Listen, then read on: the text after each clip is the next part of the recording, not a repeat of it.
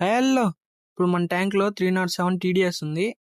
ఒక ఫ్లవరాన్‌కి 300-400 పీపీఎం అనేది best TDS. ఇంకా మన ఫిష్ స్ట్రెస్ నుంచి రెడ్యూస్ అవ్వడానికి స్ట్రెస్ సీల్ అయితే యాడ్ చేసుకుంటాం. ఇది 100 లీటర్స్ పర్ 10 ఎంఎల్. మనది 60 లీటర్స్ కాబట్టి 6 ఎంఎల్ వేసుకోవడం సరిపోతుంది. ఇంకా మన ఫ్లవరాన్ అయితే అక్లిమేషన్‌లో అయితే ఒక 20-30 మినిట్స్ అక్లిమేట్ చేయాలి. ఎందుకంటే ట్యాంక్‌లో టెంపరేచర్ దీంట్లో ఈక్వల్‌గా ఉండాలి. చూడండి ఎంత అందంగా ఉందో. అయినా ఏముంది వాళ్ళు నేను చూడలేకపోతున్నానా?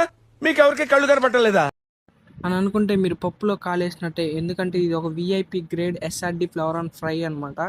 ఎందుకంటే దీని పర్ల్ మార్కింగ్స్ అనేది థిక్గా ఉంటాయి. ఈ గ్లాస్ వచ్చేటప్పటికి నేను అక్వేరియం షాపుల దగ్గర ఫ్రీగా దొబ్బేశాను. ఇక ఈ టబ్ విషయానికి వచ్చేటప్పటికి మనమైతే ఇంకా డ్రిప్ అక్లిమేషన్ అయితే చేయబోతున్నాం. ఇప్పుడు మన ఫ్లవరాన్ని అక్లిమేట్ చేసి ఒక 20-30 మినిట్స్ అయితే అయ్యింది. ఇంకా మన ఫ్లవరాన్ ప్యాకెట్లో తీసి బకెట్లో రిలీజ్ చేసుకోవాలి. ఇంకా ట్యాంక్లో ఉండే వాటర్, ఈ వాటర్ రెండిట్లో టీడీఎస్ టెంపరేచర్ రెండు ఈక్వల్ కావాలి.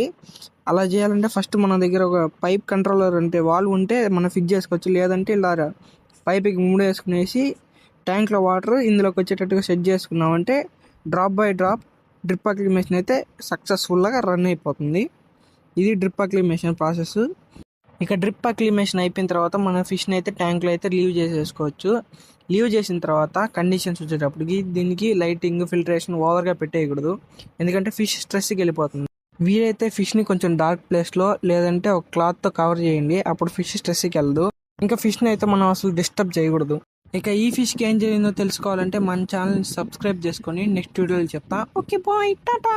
1 సెకండ్, మన ఫిష్కి అయితే ఫీడింగ్ అయితే 24 అవర్స్ చేయకూడదు. ఎందుకంటే అది డైజెస్ట్ చేసుకోలేదు కాబట్టి. అయితే ఇప్పుడు చెప్తున్నా. Okay bye, Tata.